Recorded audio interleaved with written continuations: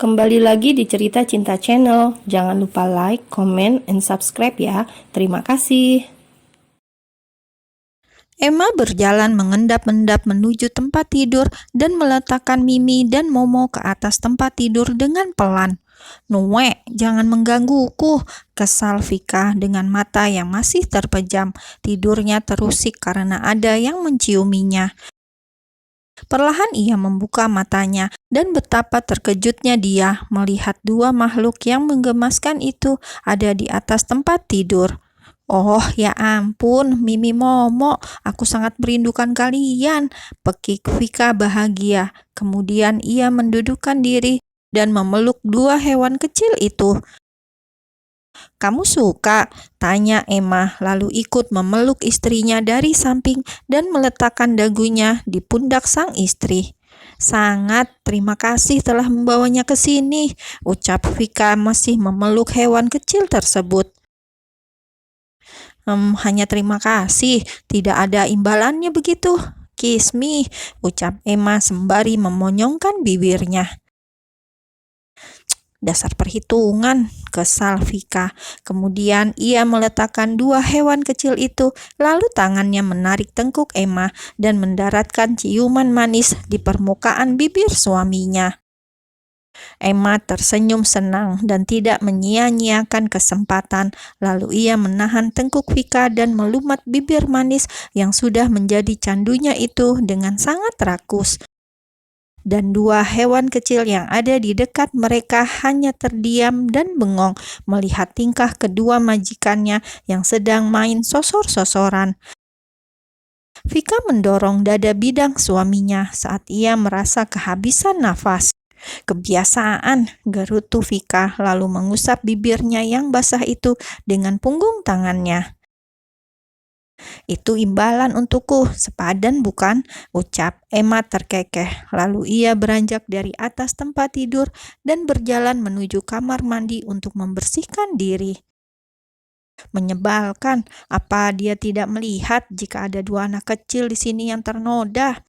"Ya ampun, Mimi Momo, maafkan papi kalian," ucap Vika dengan nada penuh sesal, kemudian memeluk dua hewan mungil yang menggemaskan itu. "Sayang, aku bukan papi mereka," teriak Emma dari dalam kamar mandi karena ia masih mendengar ucapan istrinya. "Bodoh amat," sahut Vika kesal. Malam hari telah tiba. Sejak tadi, Vika mengerucutkan bibirnya dengan kesal ketika melihat suaminya menggendong Mimi dan tidak memperdulikannya. Emma duduk di atas meja makan sembari menggendong Mimi, sedangkan Bondan sedang memasak untuk makan malam mereka, dan Vika duduk di kursi makan dengan mulut komat kamit tiada henti. "Bisakah kamu menurunkan Mimi?" tanya Vika dengan nada yang sangat kesal. "Sebentar lagi, aku sangat merindukannya. Apa kamu tahu jika Mimi ini pernah aku ajak main ke rumah keluarga Clark?"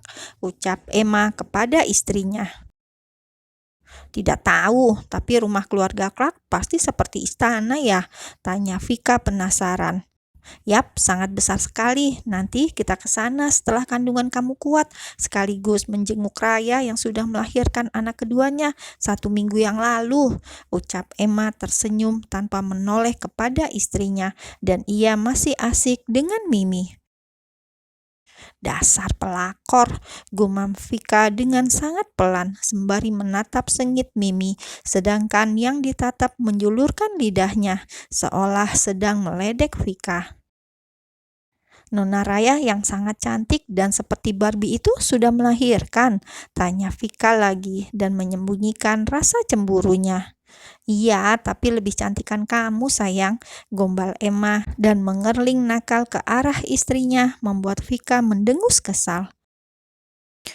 Asin," pekik Bondan saat mendengar gombalan receh menantunya. Emma mengerucutkan bibirnya kesal. Kemudian ia turun dari meja dan meletakkan Mimi ke dalam kandangnya. "Yang lagi LDR-an sirik," cibir Emma. Kemudian ia duduk di samping Vika. percaya diri sekali ya. Aku sedang mencicipi sayur sop ini. Kenapa keasinan ya? Bohong Bondan sembari menahan tawanya. Alasan, gerutu Emma lalu merangkul istrinya dan mencium pipi Vika dengan mesra. Enaknya kalau dekat istri, bisa peluk istri dan cium-cium istri, balas Emma tersenyum jahat.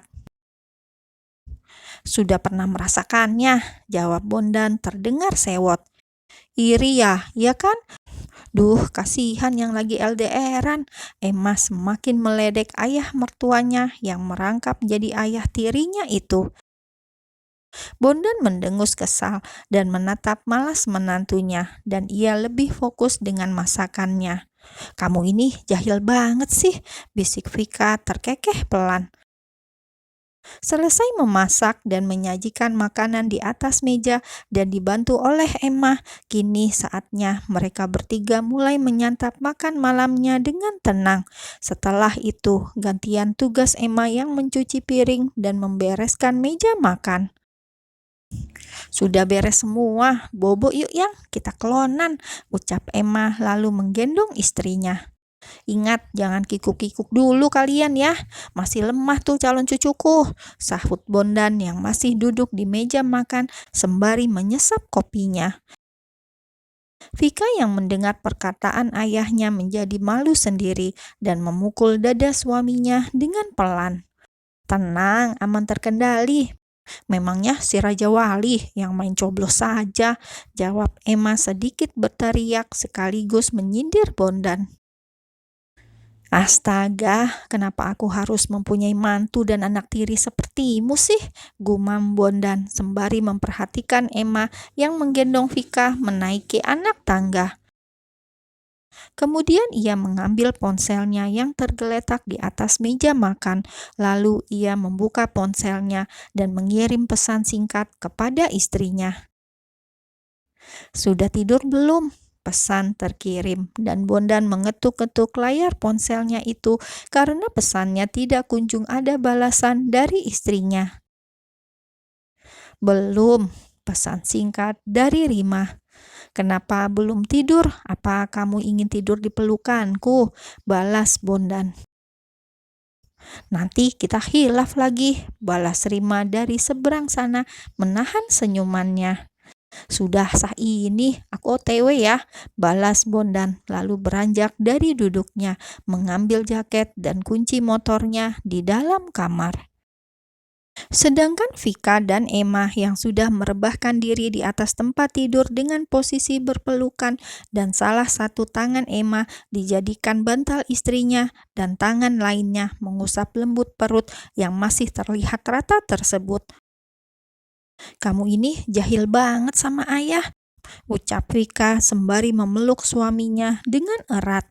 Habisnya aku masih kesal dengan mereka yang mencuri start lebih dulu, jawab Emma masih menyisakan tawanya. Lalu ia menatap istrinya dengan lembut dan melabuhkan ciuman mesra di permukaan bibir istrinya itu. Vika memejamkan matanya menikmati ciuman lembut dan mesra itu yang selalu membuatnya mabuk kepayang. Seorang pria berdiri di depan pintu gerbang rumah mewah sembari mengumpat kesal. Bagaimana tidak kesal jika ia tidak diperbolehkan masuk ke dalam rumah tersebut oleh satpam yang berjaga di sana. Tapi ia tidak kehabisan akal agar bisa memasuki rumah mewah tersebut.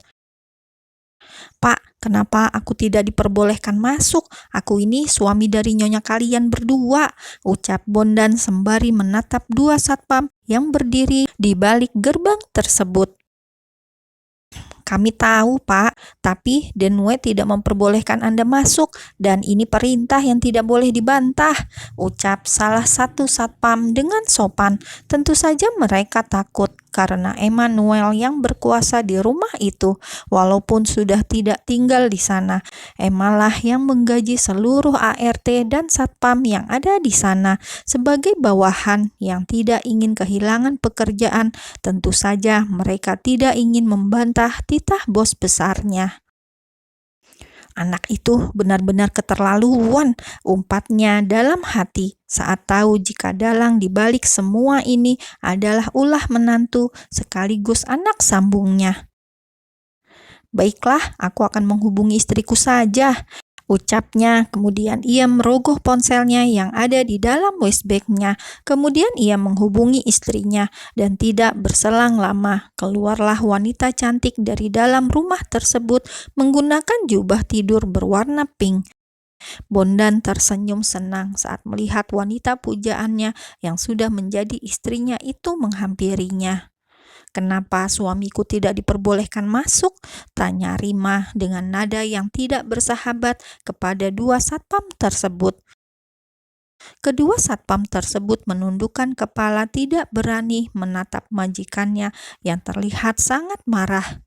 "Maaf Bu, ini adalah perintah Denue," jawab salah satu satpam dengan kepala yang masih tertunduk. Rima memejamkan matanya sesaat dan menggeram kesal karena semua ini adalah ulah putranya. Ia menjadi merasa tidak enak dan merasa bersalah dengan Bondan karena baru pertama kali berkunjung malah tidak diperbolehkan masuk ke dalam rumahnya. "Mana kunci gerbangnya?" Rima menengadahkan tangannya kepada salah satu satpamnya tersebut. Namun tangannya sudah menggantung terlalu lama, tapi kedua satpam itu tak kunjung memberikan kunci gerbang. "Oke, aku akan mengadukan kalian ke Nue jika kalian tidak menghormatiku. Pasti kalian tahu sendiri hukuman apa yang akan kalian terima." Rima sedikit menggertak kedua satpam tersebut. Terlihat jelas jika kedua satpam itu saling senggol dan saling lirik, seolah berkata, "Bagaimana ini?" Kedua satpam itu seperti akan makan buah si malakama, berada di posisi yang serba salah. Saya berikan kuncinya, tapi jangan diadukan ke Denue ya Bu, dan kami juga tidak akan mengadukan kalau Pak Bondan berkunjung ke sini," tawar kedua satpam tersebut. Rima tersenyum puas dalam hati, begitu pula dengan Bondan. "Baiklah, deal ya. Awas kalau masalah ini bocor dan rekaman CCTV yang ada suamiku juga harus kalian hapus," ucap Rima dan diangguki kedua satpam tersebut. Kemudian salah satu satpam tersebut membukakan pintu gerbang untuk Bondan. Bondan segera memasukkan motornya ke dalam halaman rumah tersebut setelah pintu gerbang tersebut terbuka. "Terima kasih," ucap Bondan kepada kedua satpam tersebut. "Iya Pak, sama-sama, dan maafkan kami," jawab keduanya, dan Bondan menganggukkan kepalanya mengerti. "Ayo kita masuk," ajak Rima lalu menggandeng tangan Bondan memasuki rumahnya.